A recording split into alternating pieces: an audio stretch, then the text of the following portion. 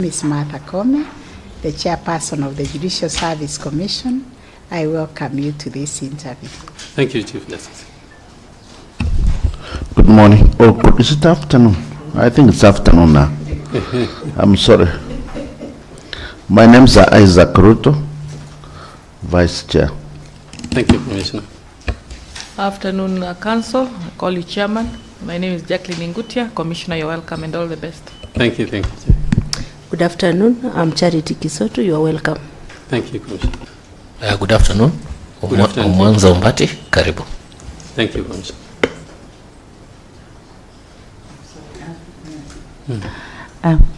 Good morning. I'm Good Jacqueline afternoon. Dumu. Oh, good afternoon. Thank you. Good afternoon, Council. Good afternoon, Commissioner. Anthony Mrima, karibu sana. Good afternoon, Wakili. Good afternoon, Commissioner. Fatuma Sichale, karibu sana. Thank you. Good afternoon. My name is Olwande Evelyn. You are welcome. Thank you, Commissioner. Good afternoon, Dorcas Odwar, Senior Counsel, Attorney General. Welcome. Thank you, AG. Winfrida Mokaya, Secretary. You're welcome. Thank you. Thank you, Honorable Commissioners, for that introduction. Mr. Murunga, if you could start by telling us your county and your ethnicity. My county is Bungoma. Ethnicity is Bukusu.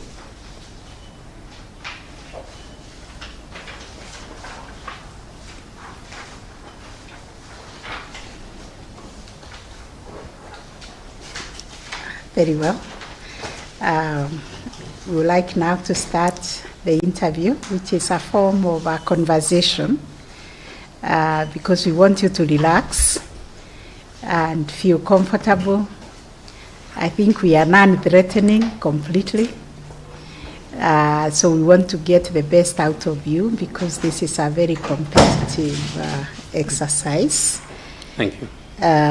We did a public participation and we were told to get the very best who are heavy lifters, who are men and women of high integrity and moral probity.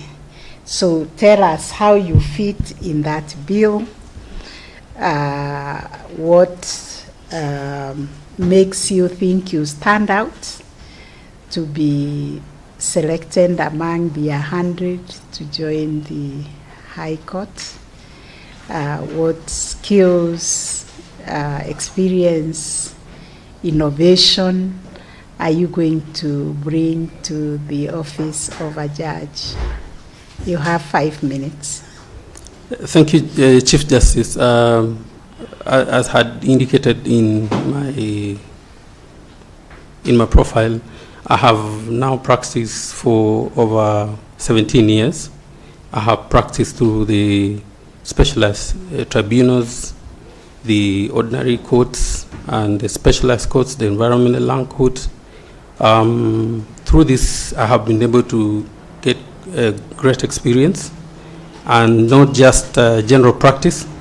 I should say that one thing that stands out during my period is I've had the opportunity to be able to contribute to the development of the law, and that is reflected in the case of Joseph Lentic Swafa versus Republic is reported at 2020 KLR.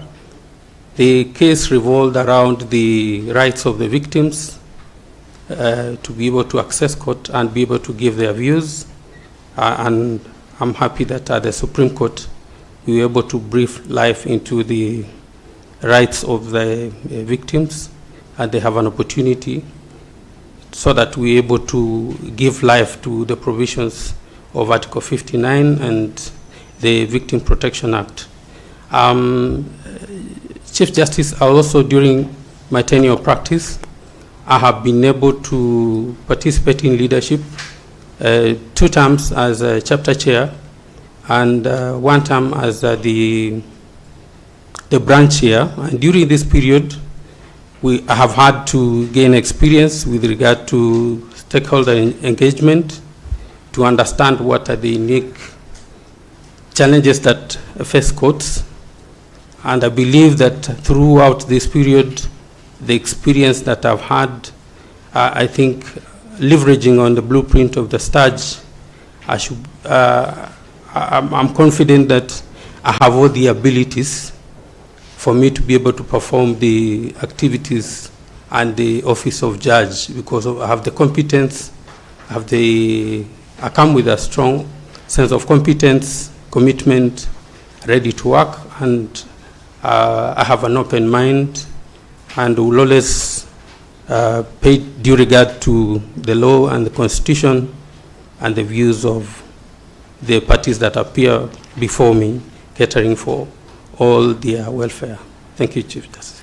Thank you very much, Commissioner Mwanza. Thank you. Council, I have a couple of questions. The first one I want to ask is, what is your judicial philosophy? I think my judicial philosophy is... what would be your judicial philosophy? Is purposive interpretation of the law. Okay. Yes. And you've been able to demonstrate that? Yes, I have. And the decision that I've just mentioned, okay, that went to the Supreme Court, is evidence of the industry that I have been able to put in to show that it's not just talk, but it's practical. Okay. Actually, one of the cases that I've noted that is of interest is this case that you appealed to the High Court in respect of a decision of the Qadi. It is in one of your sample writings. Yes. High Court Appeal number 3 of 2022, where you argued that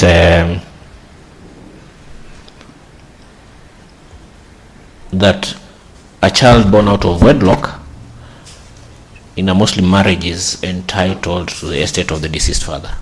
That is true. Okay. This was before the Fatuma case? It was at that point the Court of Appeal had already rendered its decision. Yes. But it was pending appeal before the Supreme Court. Okay. Yes. But yes. And what was the decision in this case by the High Court? The High Court set aside the decision of the Qadi. Yes. And ordered that the children will be able to benefit from the estate of the deceased. Okay. Yes. All right. Then the other question I want to ask is in respect to a decision that was delivered by Justice Madeka in SNN versus Republic. It was a criminal revision number 104 of 2018, where the judge said that sexual offenses, that the Sexual Offences Act ought to be reviewed to deal with consensual or mutual sexual activities among children. Now, if you can kindly explain to us if there is any legislative proposal to the Sexual Offences Act to deal with this consensual sexual activities amongst children, and if you can ground your opinion on any non-goal, any non-legal theories in terms of how do you address this. Maybe you could repeat again. All right. So the question is, so in the case of SNN versus Republic, Justice Madeka held that the Sexual Offences Act ought to be reviewed to deal with the consensual or mutual sexual activities amongst children. Yes. And the question therefore that follows is whether you are aware of any proposal on the Sexual Offences Act to deal with such activities, and what is your opinion about that? About the consensual sexual activity with the children, I believe this is a developmental stage, so it will not be proper perhaps to be able to punish them. And I believe what I have seen in decision, for example, in charging, I've seen the Office of the DPP reviewing decisions between engagements, especially sexual engagements between children who are under the age of, or if they are 16, 17, and they are referred for rehabilitation or counseling, so that they maybe be able to understand the effects of such activities. But in terms of proposed legislation, maybe I'll have to make reference to that. But what is the view of the Supreme Court in terms of this issue? Yes. When it went when this matter that went before the Supreme Court, specifically about the nature of these sentences in terms of sexual offences. Are you aware of the cases? I think, not that I can give the citation, but The principles. the principle was that children offenders are not supposed to be sentenced to incarceration, but a more rehabilitative approach is what is needed. Okay. Thank you, Chief Justice. Thank you, Honorable Chief Justice. Mr. Murunga, let's look at the area of trademarks. A company in the UK has registered its trademark in the UK, and subsequently it comes to Kenya to carry on trade. The matter is before your court. You're now High Court judge, and this investor is complaining that a company in Kenya has infringed on its trademark.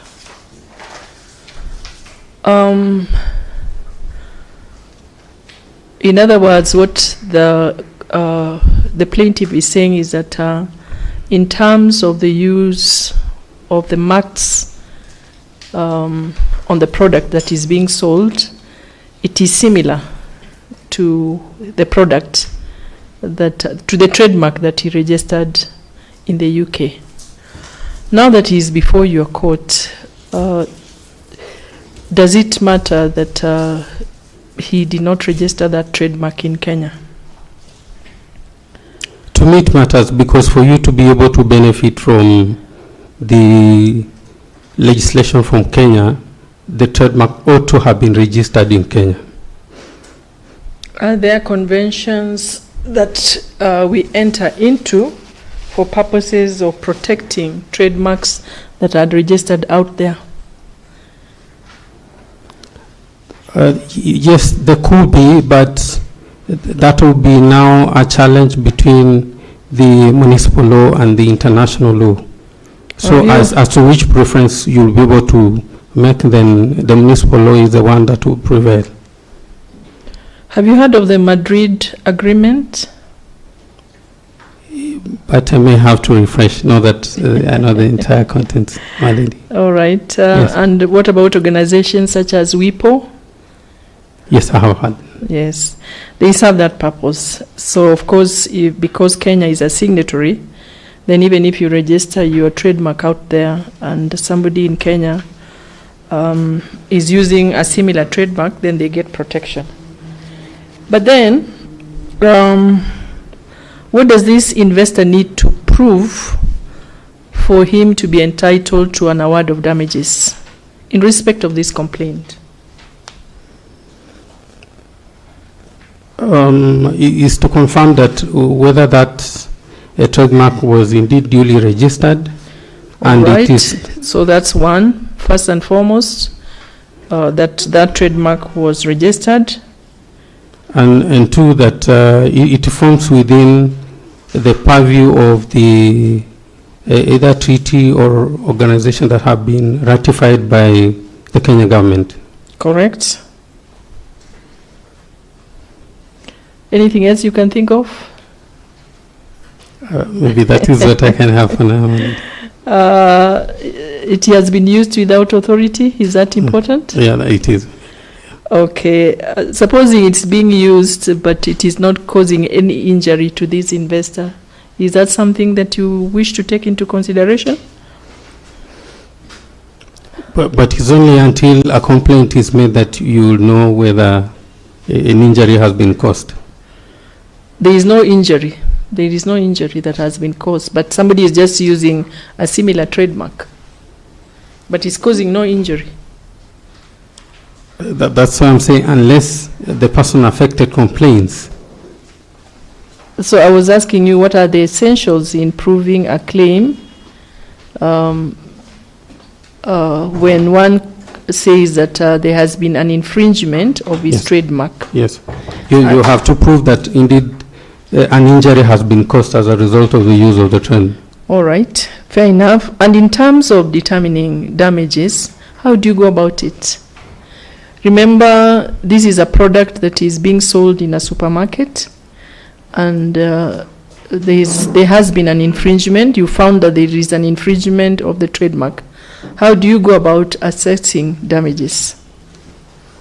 Maybe then we'll have to pay regard to judicial precedent.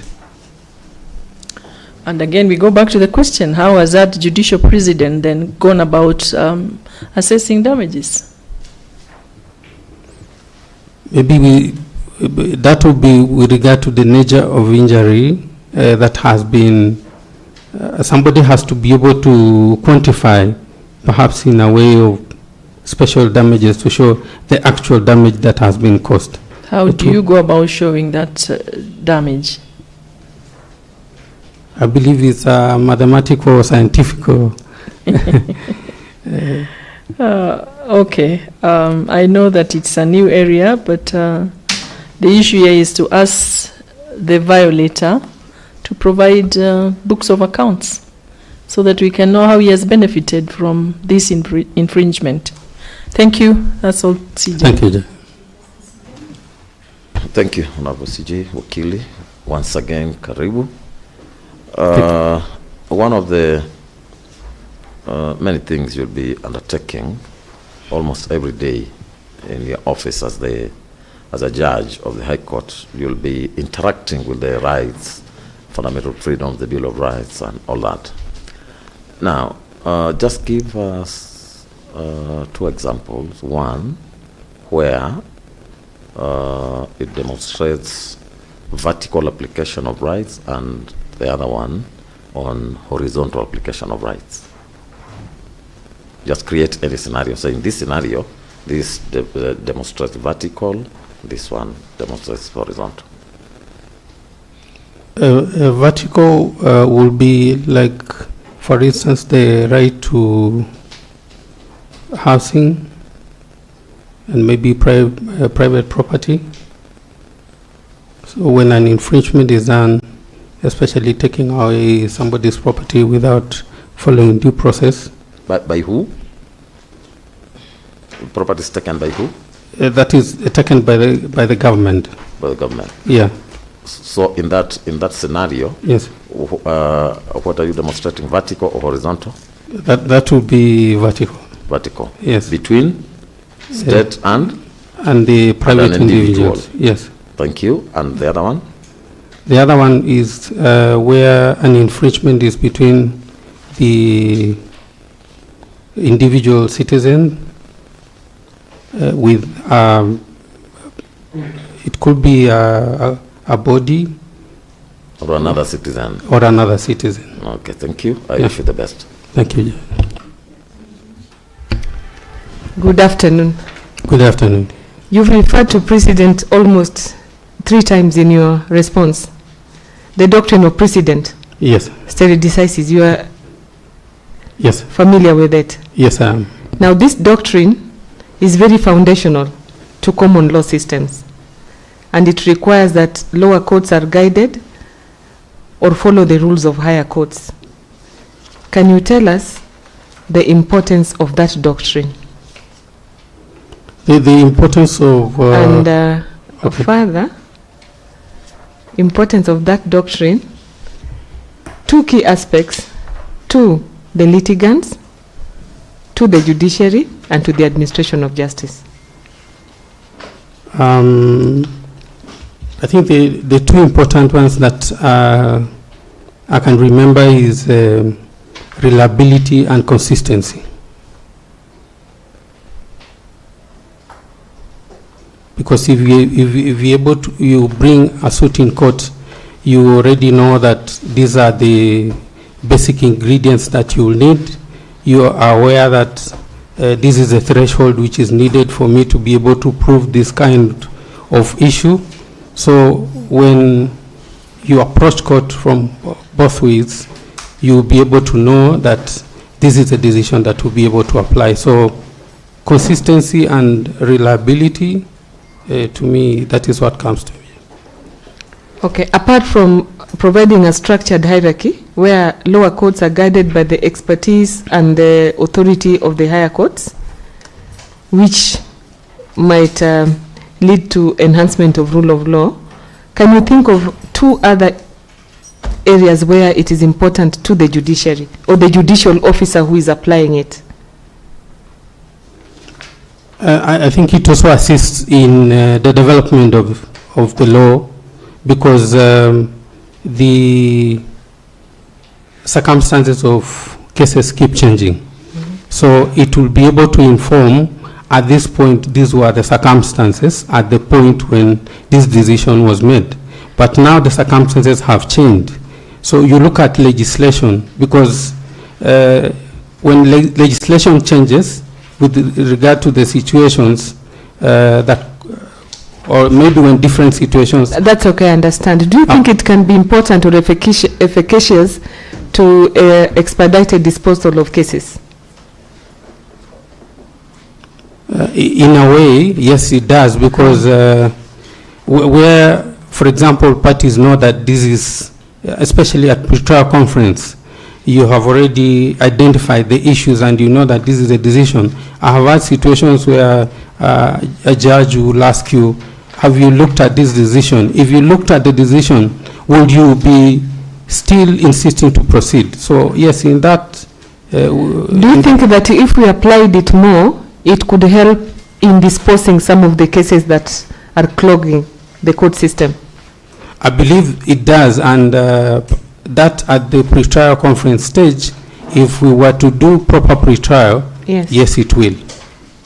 Because the product will not be different, especially where the law is saying that you must do this, and then we have a decision of the superior court or the Supreme Court saying we have, so even if you'll be engaging in an academic exercise. Thank you. Thank you, AG. Thank you, Chair. Good afternoon once again. Good afternoon, Commissioner. Do you want to take some water or you're good? I'm taking it slowly. Okay, please proceed. Thank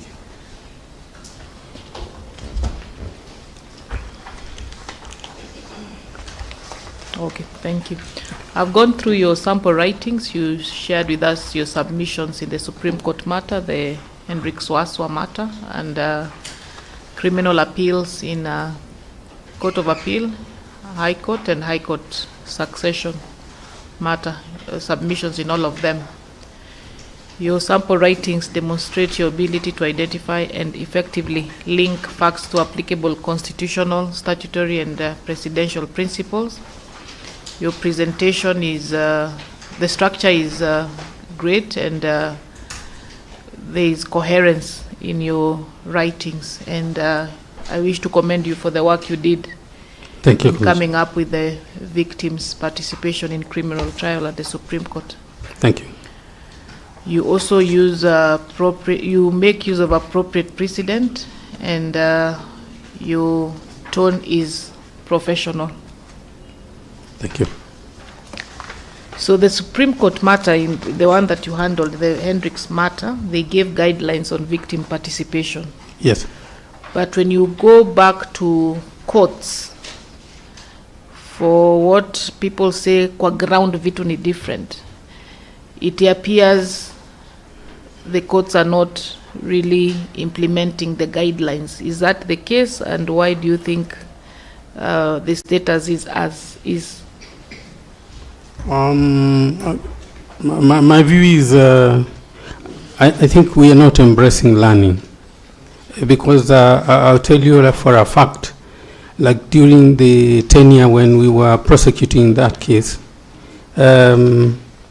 incidentally, the people that the body we expected to support, the office of the ODPP was saying under 157 we have the mandate and you are an outsider.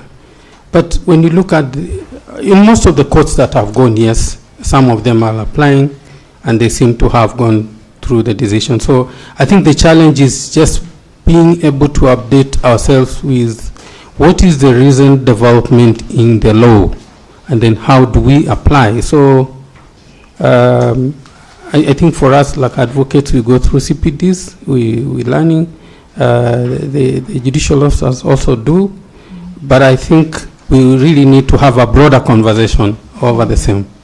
Because I see some courts setting further guidelines to the guidelines already given by the Supreme Court, hence limiting the victim participation.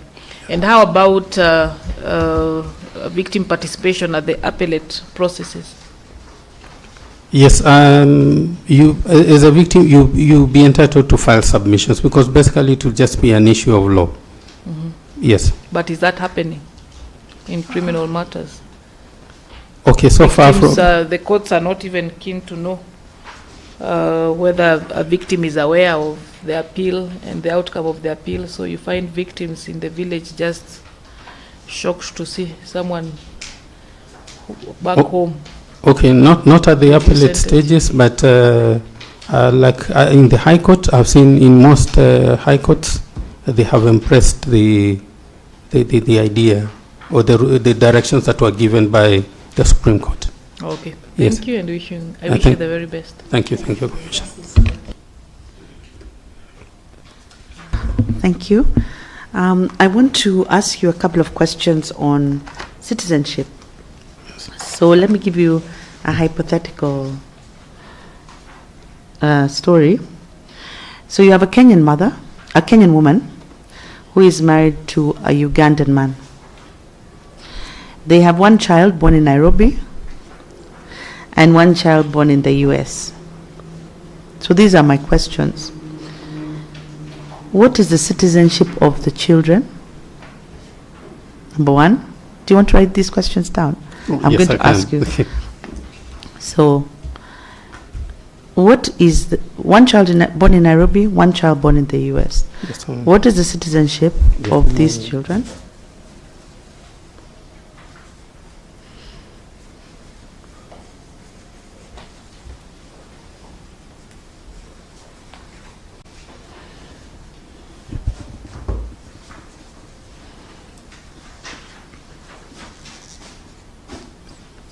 It's not opening. Here, you can use mine. Okay. Yeah. So let me repeat. You have a Kenyan woman who is married to a Ugandan man. They have two children. One child is born in Nairobi. The other one is born in USA. These are my questions to you. One, what is the citizenship of the children? Two, can the Ugandan husband become a Kenyan citizen? And three, can the husband become a state officer in Kenya? I'll begin with the children. The one born in Nairobi is a Kenyan citizen. Okay. The one who is born in the US is a US citizen. Can the child born in US become a Kenyan citizen? Yes, he can. By what process?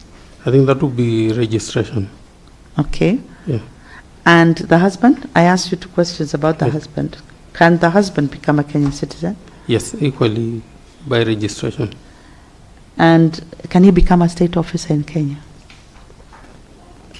Upon being registered, No. Before? he Can- cannot. He cannot. Yes.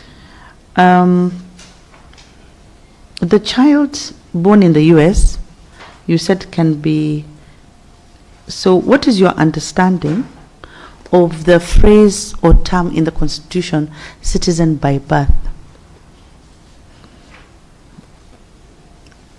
That means is the both parents are within the same country.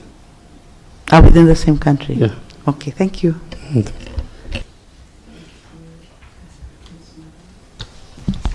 Thank you, Chair.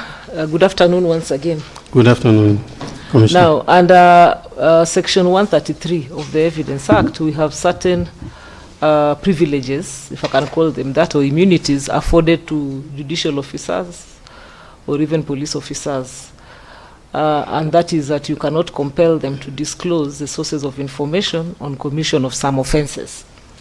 So now, imagine you are a judge, you are handling a murder trial, and a police officer is before you and gives evidence which now places the accused squarely as the person who committed the murder.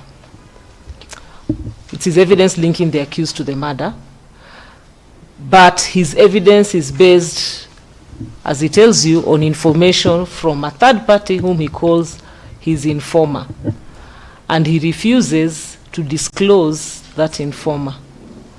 Could you tell us how you would go about dealing with that evidence? The police officer is claiming that immunity or privilege under Section 133. So let me get the last bit about the informer. Mm-hmm. You mentioned what information was given. The evidence the police officer has given before you is based on information he received from a third party. Okay? Yes. And he refuses to disclose who this third party is. He says he's claiming the privilege under Section 133 of the Evidence Act, where I've already told you he cannot be compelled to disclose the sources of that information. Okay?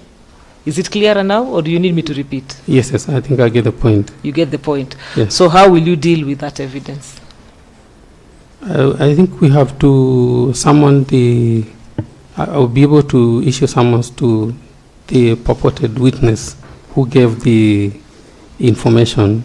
The informer? Yes, the informer. Where will you get his details? He has refused to disclose who it is. Then we'll be able to compel, because in a murder trial, we are looking at the rights of both the accused person and the person who is making the complaint.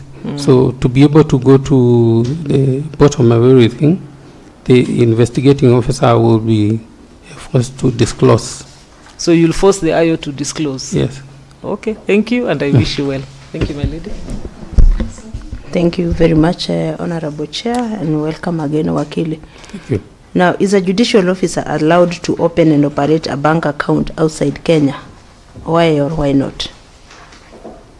A judicial officer is not allowed to operate a bank account outside Kenya because of the conditions under the Public Officer Ethics Act, so that we ensure that we prevent the circumstances that can lead to corruption or compromise of integrity.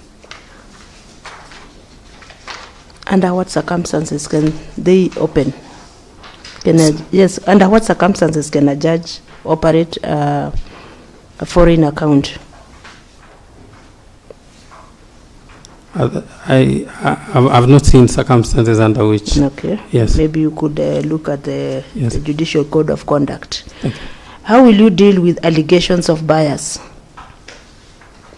If allegations of bias, the first thing is to be able to understand the complaint itself.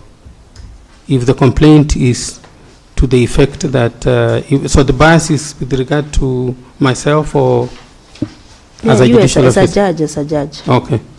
I will be able to investigate to confirm what is the nature of the complaint which is made. If the complaint is so inherent that it goes to the root of some of the matters that I'm dealing with, then I think the safest option will be to be able to recuse in those matters. Because where an issue of bias is raised, and then you definitely be able to compromise with the proceedings. Because you have to ensure that the public trust is demonstrated in the execution of your duties. But if I find that it is not, there's no merit in the bias, and then I think we'll let it lie. Okay. I wish you all the best. Thank you.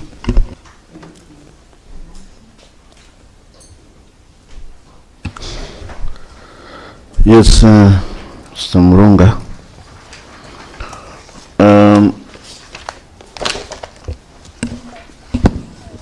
What is the role of the judiciary in socio-economic development? One, first is to be able to fast track the resolution of disputes, especially those that are of a commercial in nature, and then also be able to give decisions that I can say that are consistent, so that even for those people who approach the court, they know that we will be able to, we are sure that we are going to get some findings which we know are based on the law. How does it contribute to that socio-economic development? Sorry? How does that contribute to socio-economic development? It will help to spur economic growth, because for matters especially which are commercial in nature, once a dispute is resolved and perhaps is involving money, the people will be able to plow back the money or that was supposedly in dispute. So that assists to spur economic growth. Thank you, Honorable Senior. Thank you very much, Honorable Commissioners, and thank you, Mr. Murunga. I think this brings us to the end of this conversation, and on behalf of the Commissioners, I wish you well. But before we release a candidate, we always give them the floor also to engage with us. Thank you, Chief Justice and the Commissioners. From my end, I just wish to appreciate first to be shortlisted for this interview, and I also thank you for having given me an opportunity at least to be able to interact with you. You're doing a great job. I know it's an onerous task, but I know you're doing a good job on behalf of for the people of the Republic of Kenya. I wish you well in your undertakings. Thank you. Indeed, it's an onerous job because it's very competitive, but we will get in touch with you when we complete the exercise. Meanwhile, we like to encourage every candidate to keep up doing the great job that you're doing, serving the people of Kenya in the capacity in which you are serving them as council. Thank you. Take our greetings to, is it Bungoma? Bungoma, yes. Yes, take our greetings to Bungoma. Thank you. You are released. Thank you. You Can take your water as well.